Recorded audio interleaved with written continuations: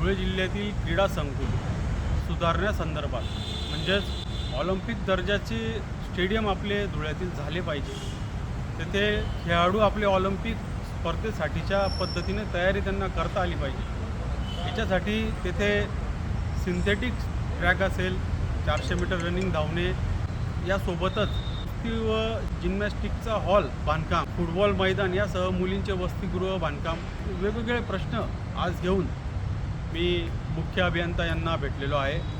यांच्याकडे भेटण्याचं कारण असं की जिल्हा प्रशासनाच्या वतीने कामांसाठीचा अंदाजपत्रक व आराखडा मंजुरीसाठी यांच्याकडे पाठवलेला आहे आणि तो बऱ्याच दिवसांपासून प्रलंबित आहे। तर आज मुख्य अभियंता आवटी साहेबांची भेट घेतली आणि त्यांना प्राधान्याने लक्षात आणून दिले की धुळे जिल्ह्यात मोठ्या प्रमाणात खेळाडू हे तयारी करत असतात, त्यांना त्या धर्तीवर चांगल्या पद्धतीचे स्टेडियम उपलब्ध होणे खूप गरजेचे आहे।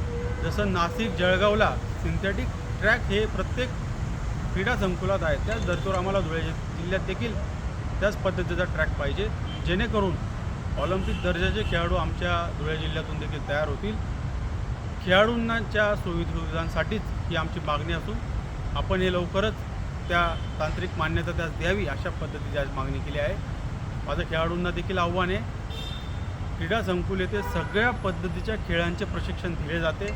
आपण सर्वांनी आवर्जून सहभागी व्हा, येणारे भविष्य आपले घडवा। खेळांचे सर्टिफिकेट हे आपल्याला सरळ सेवा भरती इतर सर्व भरत्यांसाठी उपयोगी पडतात। त्यासाठी सर्वांनी शिक्षणासह खेळांमध्ये देखील आपली विकास करत राहा, खेळांमध्ये सहभाग घेत राहा। धन्यवाद। जय हिंद, जय महाराष्ट्र, जय श्री